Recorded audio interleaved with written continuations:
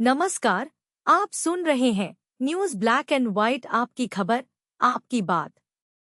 देश विदेश और प्रदेश के मुख्य समाचार।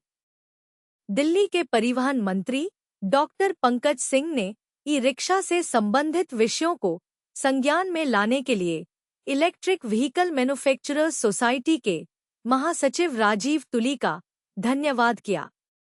ई रिक्शा का रजिस्ट्रेशन 4 महीने से बंद है। राज्य सरकार राजधानी के लिए समग्र ई रिक्शा नीति लाने पर काम कर रही है। तालकटोरा स्टेडियम में आयोजित ई रिक्शा निर्माता, डीलर और चालकों की बैठक में मंत्री ने घोषणा करते हुए कहा कि दिल्ली में ई रिक्शा का रजिस्ट्रेशन 15 मई से शुरू होगा। बैठक में यह भी तय हुआ कि दिल्ली की सड़कों पर जाम का कारण बन रहे ई रिक्शा के सही संचालन के लिए चालक संगठन तथा परिवहन विभाग मिलकर काम करेंगे। फेडरेशन के चेयरमैन अनुज शर्मा ने बताया कि चार्जिंग स्टेशन और पार्किंग स्थलों को बढ़ाने पर सहमति बनी है। चालकों को आर्थिक रूप से सशक्त करने के लिए ऋण व सब्सिडी पर विचार चल रहा है। चालकों के लिए यूनिफॉर्म लागू करने पर जोर दिया गया, जिसे फेडरेशन की ओर से आधी कीमत पर उपलब्ध कराने की योजना है। उत्तर प्रदेश के गाजियाबाद में इंदिरापुरम के अभय खंड 2 स्थित गौड़ ग्रीन एवेन्यू में बुधवार सुबह 9वीं मंजिल पर स्थित एक फ्लैट में आग लग गई। इस आग ने विकराल रूप ले लिया और 9 फ्लोर से यह आग 12वें फ्लोर तक पहुंच गई, जिसकी चपेट में कुल 6 फ्लैट्स आए हैं। घटना की सूचना मिलते ही दमकल की गाड़ियां मौके पर पहुंची और आग बुझाने का कार्य किया। इस आग का धुआं 2 किलोमीटर दूर तक देखा जा सकता था। लगभग 2 घंटे से ज्यादा समय तक आग बुझाने का कार्य जारी रहा और हाइड्रोलिक प्लेटफॉर्म के आने के बाद ही आग पर पूरी तरह से काबू पाया जा सका। अयोध्या में बुधवार को श्रीराम जन्मभूमि मंदिर परिसर में शिव मंदिर के शिखर पर मुख्यमंत्री योगी आदित्यनाथ ने धर्म ध्वजारोहण किया। मुख्यमंत्री ने श्रीराम जन्मभूमि हनुमानगढ़ी मंदिर में दर्शन पूजन करने के बाद शिव मंदिर में भगवान शिव की विधि विधान से पूजा अर्चना की। मुख्यमंत्री ने श्रीराम जन्मभूमि परिसर में राम भक्तों संबोधित करते हुए कहा कि अब देश और दुनिया में लोग उन्हें देखते ही जय श्री राम का उद्घोष करते हैं, जो बदलते सामाजिक धार्मिक वातावरण का प्रतीक है। राष्ट्रीय स्वयंसेवक संघ और विश्व हिंदू परिषद, भाजपा सहित कई संत महंतों की उपस्थिति रही। कार्यक्रम के दौरान पूरे परिसर में भक्ति और उत्साह का वातावरण देखने को मिला। बड़ी संख्या में श्रद्धालु मौजूद रहे। बिहार के राजस्व एवं भूमि सुधार विभाग के सचिव जय सिंह ने बुधवार को पटना में औपचारिक पदभार ग्रहण करने के बाद विशेष सर्वेक्षण कार्यक्रम को गति देने के लिए 24 जिलों में विभागीय पदाधिकारियों को तैनात करने का निर्देश देते हुए कहा कि लंबित मामलों के शीघ्र निष्पादन पर विशेष ध्यान दिया जाए तथा राजस्व संबंधी सेवाओं को अधिक सरल और सुगम बनाया जाए। सचिव ने कहा कि आम जनता से जुड़े इस विभाग की जिम्मेदारी बेहद संवेदनशील है, इसलिए कार्यों में पारदर्शिता, समयबद्धता और जवाबदेही सुनिश्चित करना आवश्यक है। अपर सचिव आजीव वत्सराज ने बताया कि नामित पदाधिकारी प्रत्येक शनिवार को अपने आवंटित जिलों का भ्रमण करेंगे। पंजाब में न्यायिक अधिकारियों के लिए आवास और अदालतों के बुनियादी ढांचे की कमी को लेकर गंभीर चिंता जताते हुए हाईकोर्ट ने कहा कि कई जिलों में जज किराए के मकानों में रहने को मजबूर हैं, जो न्यायिक स्वतंत्रता और गरिमा के लिहाज से चिंताजनक स्थिति है। न्यायिक अधिकारियों के लिए आवासीय मामले की सुनवाई के दौरान हाईकोर्ट ने तीखी टिप्पणी करते हुए कहा कि यदि किसी जज का मकान मालिक ही अदालत में याचिकाकर्ता बनकर पहुंच जाए तो स्थिति कितनी असहज हो सकती है। 1995 से जजों के लिए आवास की जरूरत बताई जा रही थी, जबकि जमीन 2015 में जाकर अधिग्रहित हुई। चिन्हित जमीन संरक्षित वन क्षेत्र की निकली, जिसके कारण मामला अटक गया। जिला एवं सत्र न्यायाधीश के किराए पर रहने की जानकारी मिलने पर हाईकोर्ट ने मुख्य सचिव से देरी के कारणों पर विस्तृत हल्फनामा तलब किया है। बॉम्बे हाई कोर्ट में दक्षिण मुंबई की एक हाउसिंग सोसाइटी की मैनेजिंग कमेटी के सदस्यों के खिलाफ 20 करोड़ रुपए के मानहानि का एक मुकदमा 90 वर्षीय बुजुर्ग महिला और उनकी बेटी द्वारा दायर किया गया है। बॉम्बे हाई कोर्ट ने 90 वर्षीय महिला द्वारा समझौता करने से इनकार करने के बाद 20 करोड़ रुपए के मानहानि मुकदमे की सुनवाई 2046 तक के लिए टाल दी है।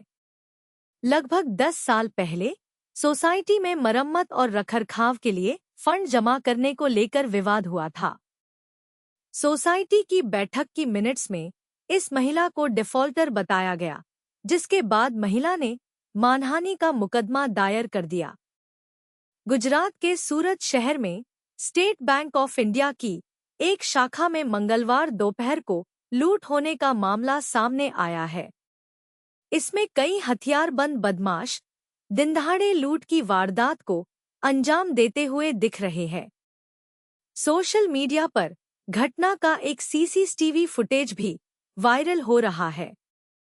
प्रत्यक्षदर्शी लोगों की माने तो वराछा इलाके के लंबे हनुमान रोड स्थित एसबीआई बैंक में 5 से 6 बदमाश हथियार लेकर घुस आए और कुछ ही मिनटों में करीब 50 लाख रुपए लूट कर फरार हो गए।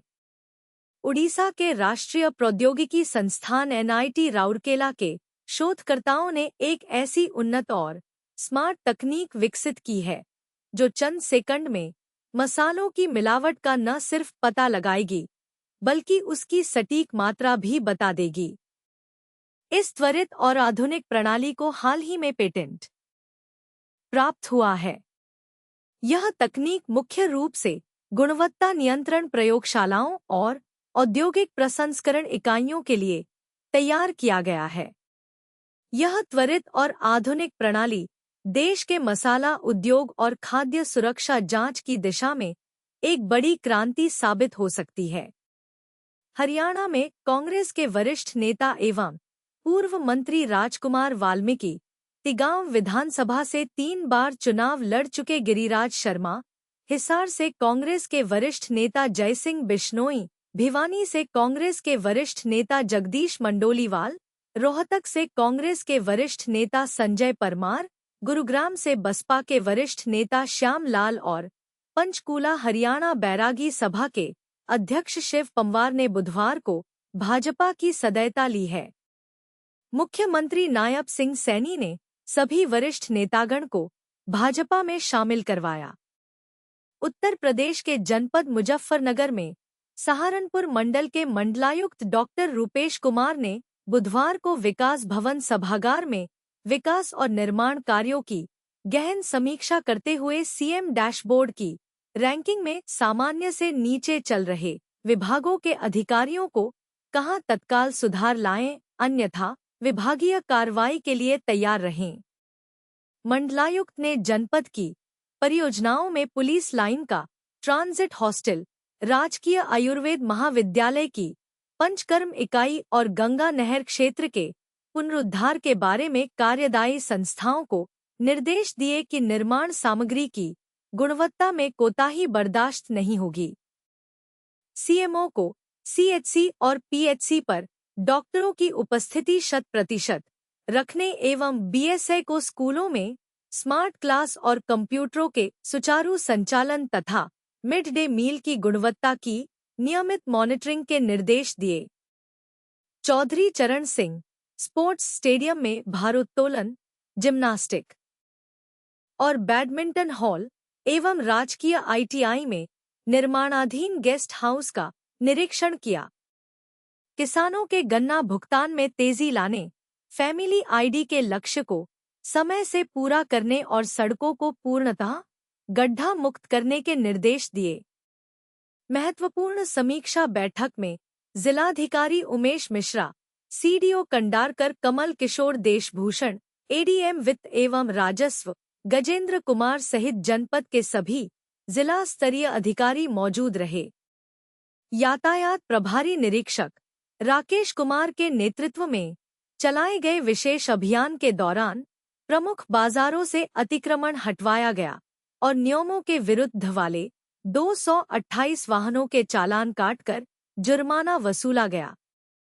यातायात पुलिस ने सड़क सुरक्षा के प्रति जागरूक करते हुए नागरिकों से अपील की है कि शराब पीकर वाहन कभी न चलाएं और दोपहिया वाहन पर अनिवार्य रूप से हेलमेट पहनें। वहीं बाइक पर 3 सवारी ट्रिपल राइडिंग से बचें और वाहन चलाते समय आवश्यक दस्तावेज साथ रखें तथा निर्धारित गति सीमा का उल्लंघन न करें। उन्होंने व्यापारियों और वाहन स्वामियों को चेतावनी दी कि यदि दोबारा नो पार्किंग जोन या सड़कों पर अतिक्रमण पाया गया तो कानूनी कार्रवाई के साथ साथ वाहनों को सीज करने की प्रक्रिया अपनाई जाएगी। खतौली में भीषण गर्मी के बीच कौमी एकता कमेटी द्वारा शीतल पेय कैंप का शुभारंभ किया गया। क्षेत्रीय विधायक मदन भैया ने फीता काटकर इसका उद्घाटन किया। उन्होंने स्वयं श्रद्धालुओं और राहगीरों को रूह अफ़जा पिलाकर सेवा कार्य की शुरुआत की। पुरकाजी क्षेत्र में स्थित एमडीएच मसाला कंपनी के डीएस फॉर्म में बुधवार को उस वक्त हड़कंप मच गया जब फॉर्म के अंदर जंगल में अचानक भीषण आग लग गई। दोपहर करीब 12 बजे लगी आग ने देखते ही देखते विकराल रूप धारण कर लिया। जंगल के बड़े हिस्से को अपनी चपेट में ले लिया। सूचना पर पहुंची दमकल विभाग के टीम और फैक्ट्री टीम ने 5 घंटे की कड़ी मेहनत के बाद आग पर काबू पाया। पौराणिक तीर्थ नगरी शुकतीर्थ में आगामी ज्येष्ठ गंगा दशहरा मेले को लेकर बुधवार को निरीक्षण भवन में आयोजित एक महत्वपूर्ण तैयारी बैठक की अध्यक्षता करते हुए जिला पंचायत अध्यक्ष डॉक्टर वीरपाल निरवाल ने कहा कि श्रद्धालुओं की सेवा और सुरक्षा प्रशासन की सर्वोच्च प्राथमिकता है। उन्होंने निर्देश दिए कि क्षेत्र पंचायत और नगर पंचायत भोकरहेड़ी के सफाई कर्मियों के माध्यम से विशेष स्वच्छता अभियान चलाया जाए। भीषण गर्मी को देखते हुए श्रद्धालुओं के लिए शुद्ध पेयजल की समुचित व्यवस्था की जाए। एसडीएम जानसठ रश्मि लांबा ने बताया कि मेले के दौरान असामाजिक तत्वों पर पैनी नजर रखने के लिए पूरे मेला क्षेत्र में जगह जगह सीसीटीवी कैमरे लगाए जाएंगे।